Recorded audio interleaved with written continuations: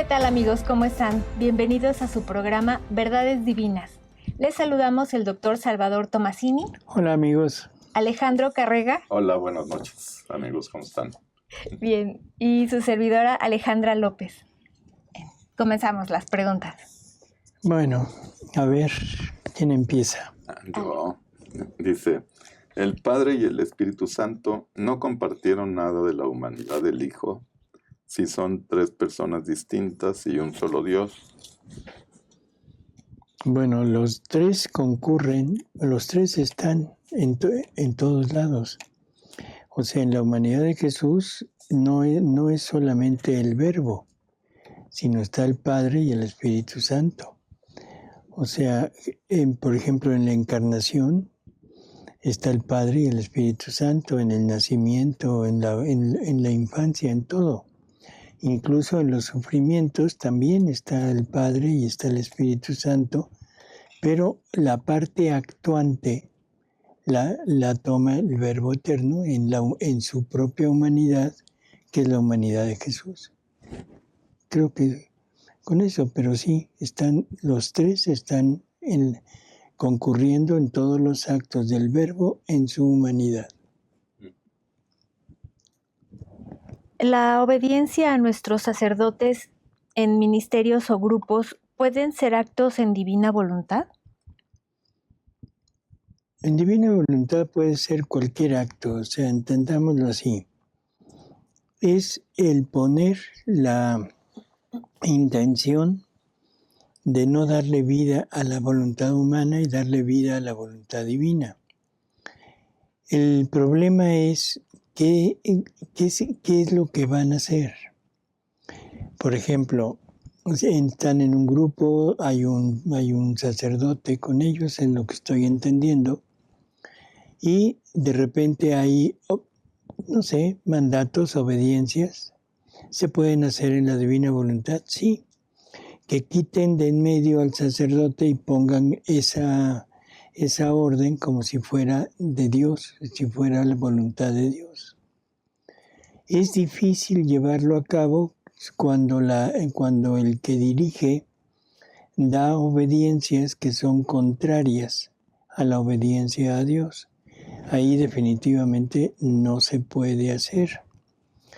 Cuando hay obediencias que son fuera de lo normal y racionales, definitivamente no se debe obedecer. ¿Sí? O sea, Luisa le pregunta alguna vez sobre la obediencia en ese sentido, y Jesús le dice que toda la obediencia debe ser acorde a la obediencia a Él.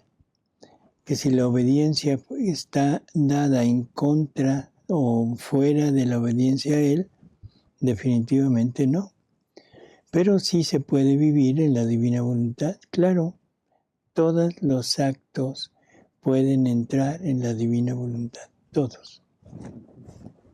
Sí, porque aunque alguien esté haciendo algo no malo, pero equivocado, por decir algo, que alguien le diga, es que Jesús no acepta el azúcar. Entonces dice, bueno, ya no voy a comer nada de azúcar para complacer a Jesús, son puros actos divinos, ¿no? Así es. Y cuando se entere que no era cierto, pues regresa al azúcar y siguen los actos divinos. Así es. Aunque sí, el azúcar es malo. Ah. Bueno, pero no prohibido. No. Hubiera puesto otro ejemplo. Uh-huh. ¿Cuál me toca? Dice, un laico, siendo parte de la orden de San Agustín, puede extender el conocimiento de la divina voluntad en ese grupo al que pertenece. No puede, debe. O sea, vamos a entender lo siguiente. La divina voluntad es vida. No es un movimiento, no es un grupo, es vida. Como vida, la persona que vive en la divina voluntad puede estar en cualquier lugar. O sea, no hay un lugar específico en donde sí y en donde no. El problema es cuando se trata de dividir Y, por ejemplo, alguien que está en una comunidad o en una, voy a poner una orden religiosa, o sea, es difícil el vivir en la divina voluntad. No. ¿Por qué? Porque las obediencias, lo que se debe seguir, se puede seguir en la divina voluntad como vida de la persona, obedeciendo, haciendo lo que se debe, todo dentro de este ámbito de la divina voluntad. Lo que es difícil es cuando hay una oposición directa de los superiores a esto. Ahí sí definitivamente no es nada sencillo, porque tendrían que acatar la obediencia de ellos. Sin embargo, solamente cuando hay un voto de obediencia es cuando se debe seguir. Por ejemplo, un sacerdote, cualquier persona consagrada, sacerdote, religioso, monje, religiosas que tienen votos, bueno, tienen que seguir obedeciendo forzosamente. Y si hay una orden en contra de la divina voluntad, que es frecuente encontrarla, ahí no la pueden vivir. ¿Sí? Se puede, incluso podríamos decir que podría vivirse esa prohibición en la divina voluntad. Pero para la persona que lo está haciendo sería un verdadero sufrimiento, un verdadero trauma, ¿no? Entonces, si entendemos que la vida de la divina voluntad es vida, estas preguntas se acabaron. Se puede vivir en donde quiera que esté. Pero si no es uno un consagrado, entonces no es necesario forzosamente obedecer. Y en todo caso, o sea, si Jesús nos pone el fastidio del lugar donde estamos, simplemente nos salimos sin remordimiento, sin nada que nos quiera atar a aquel movimiento, porque lo único que nos puede atar es nuestra voluntad, nuestro gusto, y eso es enemigo de la divina voluntad. Así que yo diría que lo puede vivir donde quiera. Si le ponen peros, si le ponen contras, si se siente ya mal, sálgase. Pero sí que lo debe de extender ahí, así es. O sea, el empezar a meter verdades, el empezar a hacer comentarios, incluso recomendar una lectura del libro de Cielo o las horas de la pasión, en fin, dependiendo de cómo se preste el grupo, pero sí es recomendable que lo empiece a difundir, ¿no? Sí, pues difundir todo lo que se dejen, digamos, ¿no? Porque tampoco hay que insistir de más. Pero sí tratar de irlo metiendo. Ahora, si hay prohibición de no hacerlo, pues entonces sí, definitivamente decir, ¿saben qué? Yo hasta aquí llego. Y siguiendo en la línea, preguntan que si puede vivir en la divina voluntad un diácono permanente. Es lo mismo. Es lo mismo exactamente. Porque él ya es como un sacerdote. Bueno, podríamos decir que es la orden menor, ¿sí? Dentro de la iglesia. Uh-huh. Y tiene obligaciones, tiene cosas que debe de continuar, pero lo puede vivir en la divina voluntad, sí, igual que un sacerdote puede vivir en la divina voluntad, sí. Uh-huh. Dice, si una persona está cerrada a la vida, o sea, operada, ya no puede comulgar.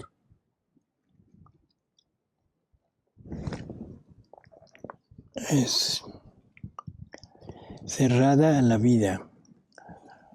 O sea, yo creo que el hecho de haberse operado, bueno, fue una decisión, una mala decisión en un momento dado.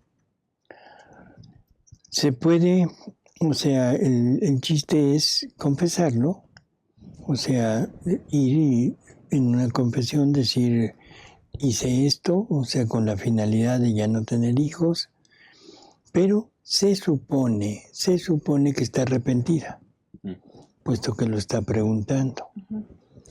Si está arrepentido o arrepentida, en ese momento, o sea, yo pienso que no sería gran problema el continuar con su vida normal, pero tratando de entrar en la castidad, porque lo que ya no se quiere son hijos.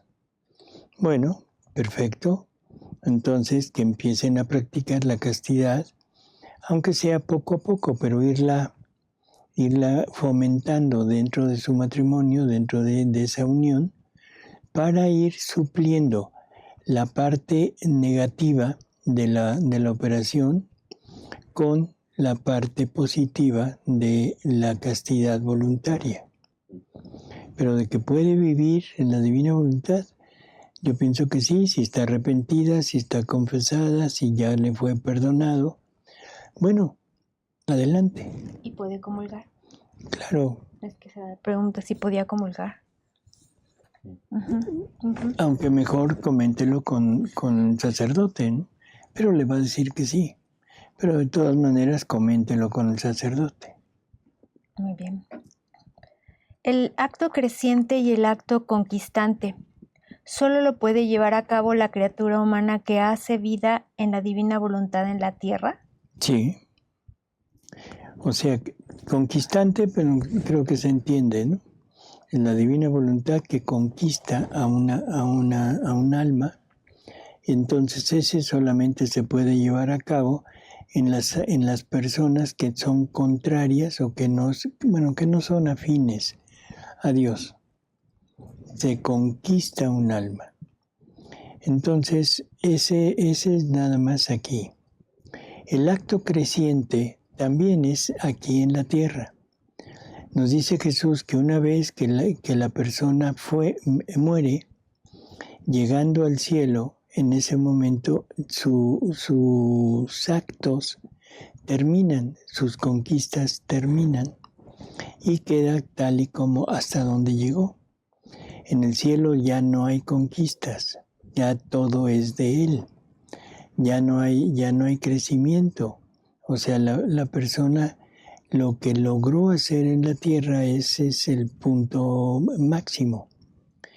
Va a seguir disfrutando de todo lo que las demás logren, pero lo disfrutará como invitado, vamos a decirlo de esa manera. Es la gloria accidental que se le va a comunicar, pero nada será de él. No habrá posesión ya de él, ni crecimiento en su vida que logró, su vida espiritual, su vida divina que haya logrado.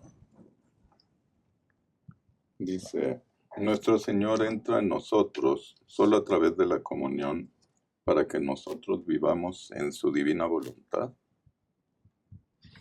Bueno, la finalidad es que aquí habría que tomarlo con relación al tiempo.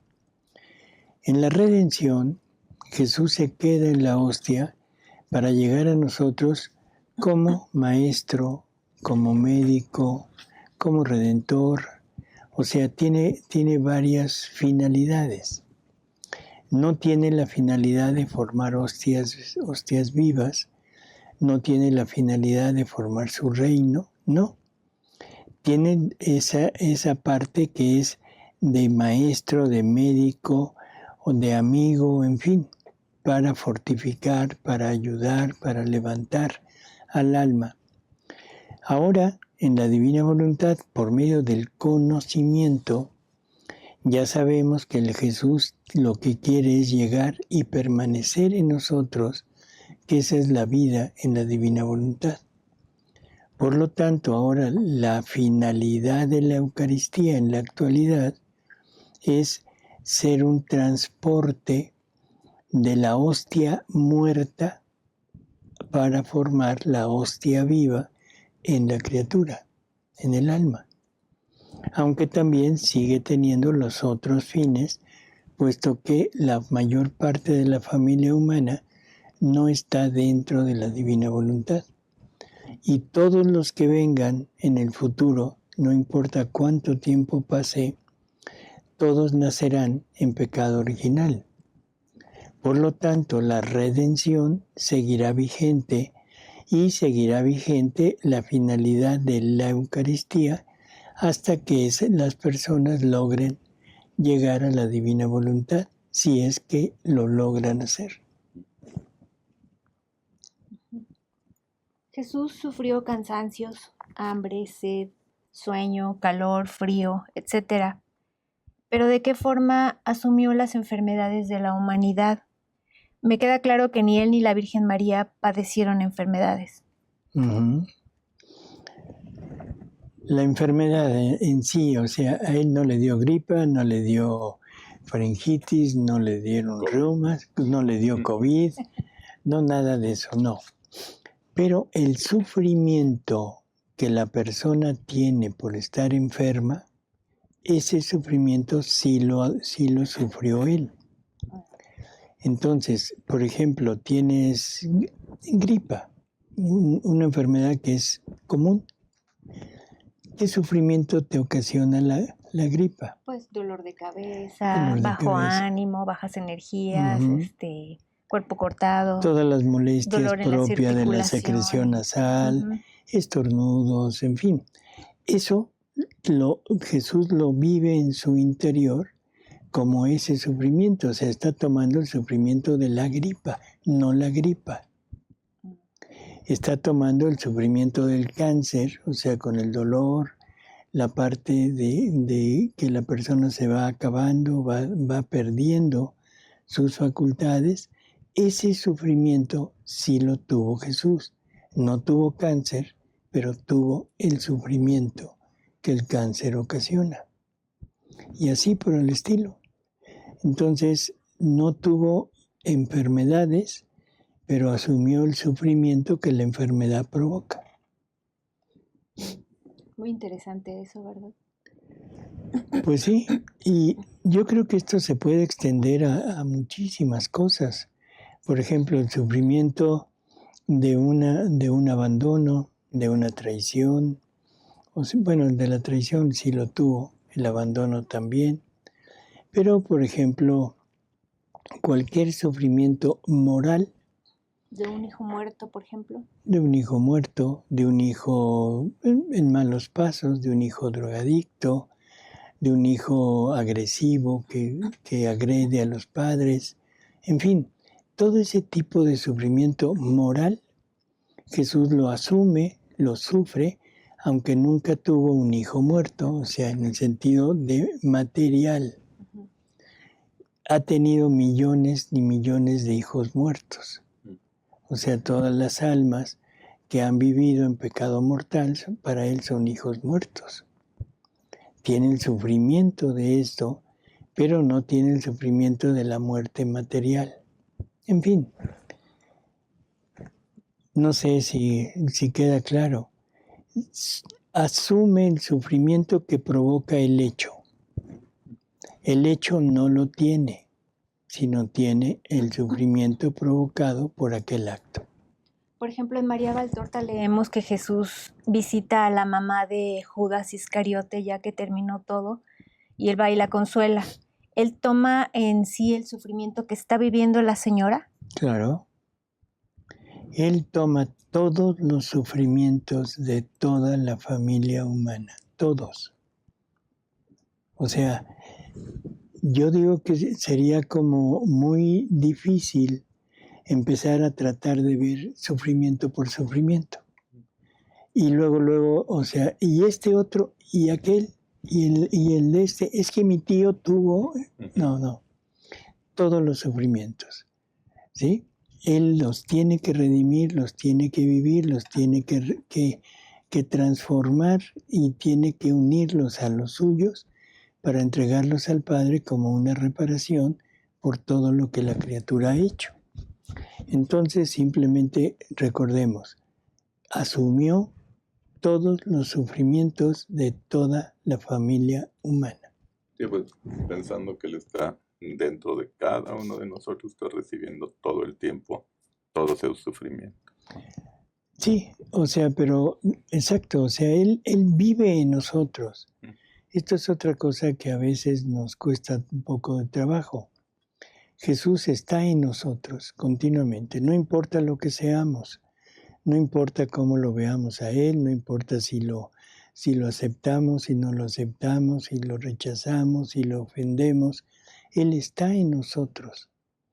Está, ya hemos hablado, por creación, por conservación, por redención y porque Él es el principio de nuestra vida, porque de Él parte el primer movimiento de nosotros en todos sentidos es de Él. Él está siempre con nosotros. Él nos creó, Él es amor, Dios es amor. Y Dios crea al ser humano como amor. Él nos habla y nos dice que en todo nuestro ser, Él puso su amor, por lo tanto está en nosotros. Y lo puso para que nosotros le correspondiéramos de la misma manera que Él nos ama, ahora que nosotros le pudiéramos corresponder en igual. ¿Qué tanto le hace caso la criatura? Es qué tanto Él está feliz, está contento, está triste, está acongojado, está sufriente o está moribundo. O sea, eso depende, pero siempre Jesús está con nosotros. Dice, doctor, usted dijo en un retiro que en el Apocalipsis capítulo 12 dice, la mujer está encinta, que es la Virgen embarazada de Jesús, pero en esa lectura enseguida dice, con dolores de parto. La Virgen nunca tuvo dolores, entonces, ¿cómo queda lo que usted dijo? Qué terrible problema tenemos con enfrascarnos en palabras, con enfrascarnos en ejemplos. O sea, ¿cuál es el síntoma principal de una mujer que está a punto de dar a luz? El dolor. Ese es el característico, el dolor de parto. En un mundo en donde Moisés, que escribió el Génesis, no conocía en lo más mínimo que Jesús fue un parto de luz, que Jesús se engendró, o sea, como un milagro prácticamente por obra del Espíritu Santo. No conocía nada de esto. Entonces, ¿cómo lo va a manifestar? ¿Cómo lo manifestará? De una manera humana, ¿no? De una manera humana, lo que conoce, con dolores de parto. Así que no hagamos una tormenta en un vaso de agua, porque debemos entender ese punto. En aquel tiempo, todos los libros que se han escrito en el Antiguo Testamento, incluso del Nuevo Testamento para acá, todo lo que se ha escrito ha sido bajo el conocimiento que se tenía. El conocimiento que no se tenía no lo podían tomar ni manifestar, puesto que no se conoce. Entonces simplemente veamos el contexto general y no veamos la parte así específica, porque siempre vamos a estar con dudas, siempre vamos a estar con cavilaciones de qué quiso decir, es que por qué lo dijo, es que si no lo dijo. Eso definitivamente lo único que hace es suscitar dudas. Olvídenlo. Sí, Juan lo describe también así en el Apocalipsis, en todos lados, ¿no? Así es. Bueno. Una pareja que recibe la bendición del sacerdote en la misa es como si se hubieran casado. una pareja que recibe la bendición en la misa. Ujú. Si esa bendición fue en un acto de matrimonial, están casados. Si no fue un acto matrimonial, entonces, por ejemplo, ahora en la actualidad se acostumbra en algunos lugares, en algunas partes, que una pareja que entran en segundas nupcias, o sea, en adulterio, y algún sacerdote es muy benévolo y los bendice. Bueno, esa bendición no surte efecto porque es una bendición sobre un pecado y pecado grave. Entonces, no es matrimonio. Una pareja que se une, que aunque sean solteros, pero que no quieren llevar a cabo el matrimonio, simplemente una bendición, definitivamente, o sea, esa bendición puede ayudarlos a recapacitar un poco lo que están haciendo, pero no significa unión matrimonial. O sea, si no se lleva a cabo el acto, o sea, de matrimonio, o sea, como sacramento, no hay unión matrimonial. Dice, alguien que no es católico, ¿cómo puede vivir en la divina voluntad? Convirtiéndose al Volviéndose catolicismo. católica. O sea, ¿cómo podemos, o sea, vivir algo que rechazamos? La base de la vida en la divina voluntad estriba en Jesús Eucaristía y en María. De estos tres pilares donde está la vida en la divina voluntad, ¿qué acepta el que no es católico? El que no es católico no acepta ninguno. El protestante acepta uno y uno deforme, acepta un Jesús deforme, un Jesús sin sacramentos, un Jesús raro, limitado. Un Jesús, en fin, pero no acepta a María como lo que realmente es María dentro del papel de ¿cómo decirlo? Bueno, dentro del papel de la redención. Nadie puede llegar a vivir en la divina voluntad si no es por María. Y eso es dicho por Jesús. Entonces, no, definitivamente no. Así que la única manera es que se convierta al catolicismo. Al estar viviendo la pasión junto con Jesús, hago lo que Él hace y reparo con sus mismas reparaciones. Sí. ¿Y ya no puedo agregar más? ¿Es solo lo que dice? No, agrega lo propio. Vamos a recordar, Jesús nos da todo lo suyo. Nos da sus sufrimientos, nos da sus reparaciones, ya las tenemos como nuestras.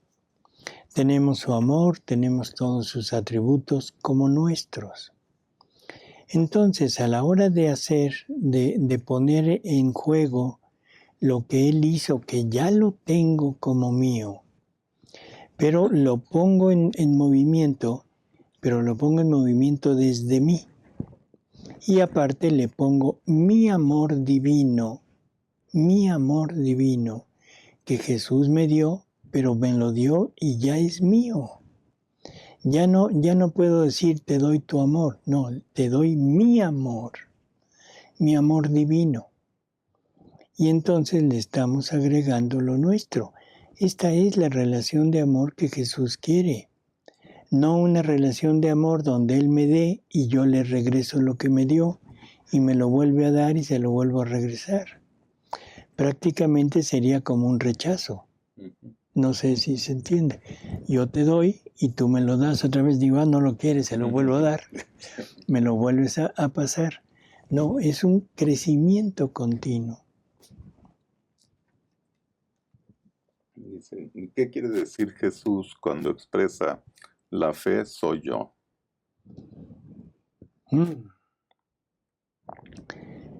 Hay varias ocasiones en que Jesús dice algo así. Esta vez la fe soy yo. Hay otras ocasiones en que dice en naturaleza divina, yo soy la divina voluntad. ¿Qué es la divina voluntad? ¿Qué es la divina voluntad? Es el querer divino, el querer de Dios. No, el querer de Dios es el acto único de Dios. O sea, podríamos decir que es el efecto de la voluntad. La voluntad mueve el acto divino, mueve el acto de las tres divinas personas, y lo que resulta es el acto. Pero Dios tiene un solo acto, donde está encerrado todo lo que Él hace: creación, redención, santificación. Entonces, la voluntad divina es la que mueve aquello, pero el querer divino ya es el acto único de Dios. Viene representando como la vida divina. Pero, ¿qué es la divina voluntad? El camino. El camino, sí, pero ¿qué es? La que le da movimiento al querer Es como divino. un atributo de Dios. Es algo que Dios tiene en Él, que es esa potencia que Él tiene para llevar a cabo sus actos. Y aparte es el lugar en donde Él va guardando, almacenando todos sus actos. O sea que el querer divino estaría encerrado ¿dónde? En la divina. En la divina voluntad. O sea, porque si la divina voluntad es el almacén de todos los actos de Dios, todos los actos de Dios conforman el acto único de Dios, entonces ese acto único, ¿dónde está? Dentro de la divina voluntad. Entonces, esta divina voluntad es como el punto base de Dios, tanto en el actuar como en el tener en ella todo lo que Dios hace. Todo lo que Dios hace, ha hecho y hará. Entonces, si ya tengo esta idea, ya no me acuerdo de la pregunta. Porque Jesús dice que la fe es Él. Entonces entendemos que dentro de la naturaleza divina, o sea, el Verbo eterno puede decir perfectamente, la fe soy yo. ¿Cuál es el punto de la fe? Siempre lo hemos tomado como una virtud teologal que se nos da para creer, para llegar a creer en algo que no tenemos experiencia de ello, que no tenemos realmente algo que nos asegure que existe. Y la fe es lo que nos lleva a eso. Pero ahora la pregunta es, ¿cuál es ese objeto? Jesús. Es Dios mismo. Bueno, entonces, si Dios es el punto culminante, entonces la fe, ¿qué es? Dios mismo. Es Dios mismo. Jesús se lo dice de una manera muy específica a un sacerdote, en que le dice, la fe soy yo. ¿Sí? Y a Luisa le dice que en naturaleza divina, Él es la divina voluntad. En el sentido de que dentro de su naturaleza divina, como Verbo eterno, contiene a la divina voluntad y es el ser divino, es el punto culminante. Y dentro del ser divino existen miles, millones de atributos. Y uno de esos es la divina voluntad. Por lo tanto, la divina voluntad es la parte esencial de Dios, que es la que produce el movimiento, y el movimiento es amor. Por eso Jesús llama al amor el Hijo de la divina voluntad. ¿Sí? Entonces Jesús puede decir perfectamente que en naturaleza divina Él es el objeto de la fe, que es Dios, y es el punto que puede llevar a cabo todos los actos de Dios dentro de su ser divino. No sé si eso se entiende. ¿quién es el hacedor de todas las obras de Dios? El verbo. El verbo eterno. O sea, es el fiat divino. Es la palabra de Dios. Dios hace todo, o Dios crea todo por medio de su palabra. Y esa palabra es el fiat, que es el verbo. Entonces, el verbo eterno es como el motivador de todas las obras. Perfectamente se podría entender que es la voluntad de Dios, sí. Sí, es el movimiento, y el movimiento es la voluntad divina, Así es. la divina voluntad. Se personalizan para efecto de las obras. O sea, que cada quien tiene su obra, cada quien tiene su lugar, tiene su modo de actuar, pero en conjunto siempre son todos. O sea, las tres divinas personas con todos sus atributos juntos. Nosotros, como ejemplo, cuando nosotros hacemos un acto, desde el más simple hasta el más complejo, participa todo nuestro ser. Si tú parpadeas, Alejandro, ¿tu pie qué está haciendo? Parpadeando. Si tú hablas, Alejandra, ¿qué está haciendo tus brazos? Hablando. Dios es igual, es unidad. Entonces, todo junto. ¿Jesús es la fe? Sí. ¿Jesús es la divina voluntad? Sí. Y la divina voluntad sale del Padre. Él sale del Padre. Todo sale del Padre. El verbo. Así es. No sé si... No, sí, lo que pasa es que me quedé pensando que la voluntad humana, que es movimiento también, a lo mejor esa sale del verbo. Bueno, todo en nosotros sale del verbo, porque Él es el creador. Él nos crea y crea nuestra voluntad, crea las tres potencias del alma. Y el verbo se hace carne. Y el verbo se hace carne. Y dentro de la carne está esa voluntad humana. Sí, pero ahí, o sea, bueno, crea también la naturaleza espiritual. Y esa naturaleza espiritual, que es nuestra alma, nuestro espíritu, con las tres potencias, la une a nuestra naturaleza física para conformar un solo ser, con dos naturalezas. Naturaleza humana, animal, para que se entienda, y naturaleza espiritual, la parte del alma, del espíritu y las tres potencias. Pero eso sale del verbo, sale de Dios. ¿Sí? Entonces, nuestra voluntad es una potencia del alma. ¿Sí? Pero yo puedo decir, yo soy mi voluntad. ¿Puedo o no puedo? Sí. ¿Por qué?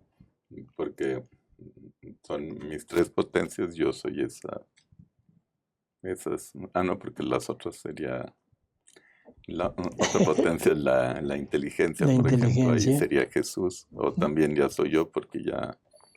Bueno, es que nosotros no somos, solo Dios es. Pero sí podemos decir, porque mi vida ha sido hecha por mi voluntad, por los actos provocados por mi voluntad, por eso yo soy mi voluntad. ¿En dónde radica la inteligencia? Digo, la voluntad. En el alma. En la inteligencia. En la inteligencia. Reprobados. Y la inteligencia nos marca la pauta a seguir en nuestras obras. O sea, una vez que interactúan la memoria con la inteligencia, se fragua la siguiente obra. Obra para el bien, obra para el mal, no importa, pero se ponen de acuerdo. Y entonces la voluntad es la que va a decidir. Pero la inteligencia tiene mucha influencia sobre la voluntad. Entonces yo puedo decir puedo decir, quiero hacer esto, y mi voluntad tiene que seguir lo que yo estoy queriendo.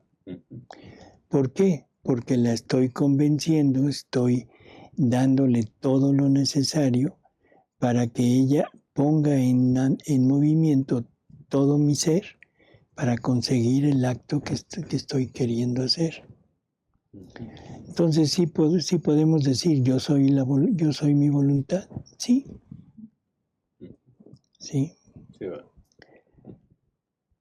Ya nos hicimos un poquito de bolas, pero creo que no, es interesante, pero sobre todo yo creo que aquí lo que más debemos tomar en cuenta es que es Jesús quien lo dice.